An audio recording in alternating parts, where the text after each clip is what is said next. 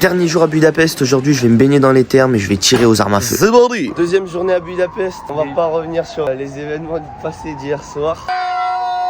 Donc là, ce qu'on va faire, c'est qu'on va manger un brunch. Et la surprise du jour, les gars, plus tard dans le vlog, ça va être le moment le plus incroyable du voyage. C'est le truc que j'attends le plus. Je pense qu'il y a des sensations fortes.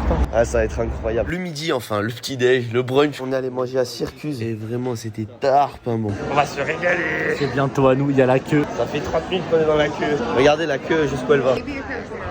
On a pris des œufs pochés sur des toasts au porc au saumon, un sandwich à l'avocat et des pancakes banane caramel, c'était incroyable. On a fait les choix de deux. Vas-y, je commence par saumon.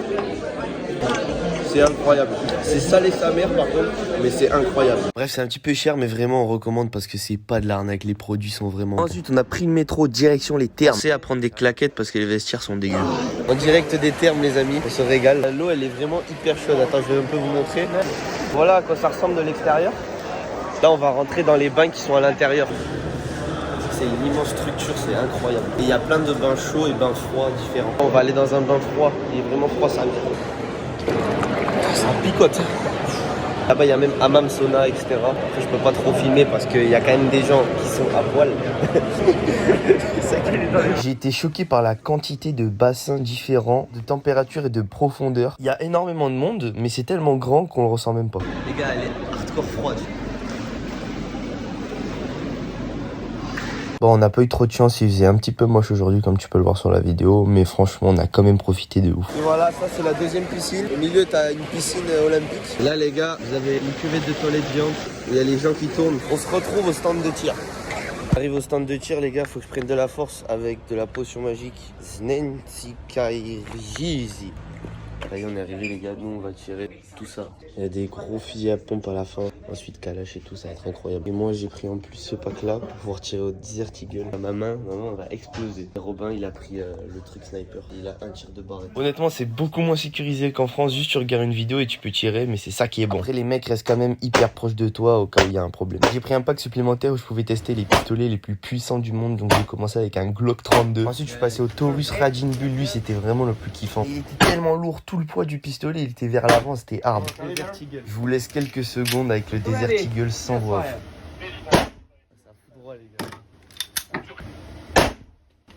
J'ai la main en feu les gars. Oh putain. Ensuite on a changé de salle pour tester les gros fusils. J'ai commencé avec 2 carabines, franchement c'était hyper plaisant, il y avait quasi pas de recul. Ensuite je suis passé à une grosse Kalachnikov AK-47 mon poteau, là ça rigolait plus. Ensuite j'ai terminé avec un petit fusil à pompe Remington des familles et là vraiment c'était trop cool. Rien que le fait de pomper là, c'était incroyable. Bon par contre ce fusil là c'est celui où t'as le plus de recul dans l'épaule, mais c'est ça qui est bon. Les gars c'est incroyable, c'est incroyable. Et là mon pote termine avec un putain de tir de barrette. C'est tellement puissant que tu ressens l'onde de choc dans toute la pièce, c'est abusé. Fort.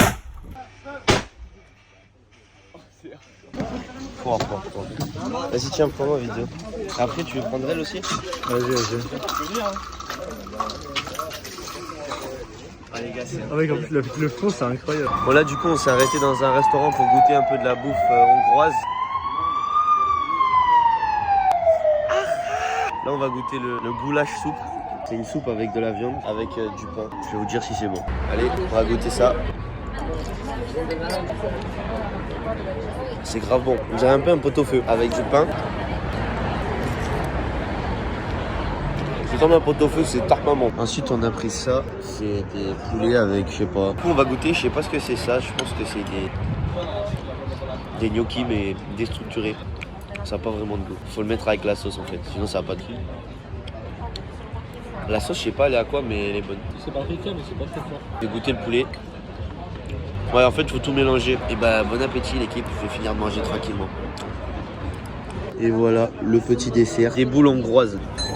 Les miennes sont plus grosses. Let's go, on va goûter. C'est bizarre. Ah ouais? En fait, il y a un gâteau dedans. Ouais. Ouais, c'est pas mal, hein.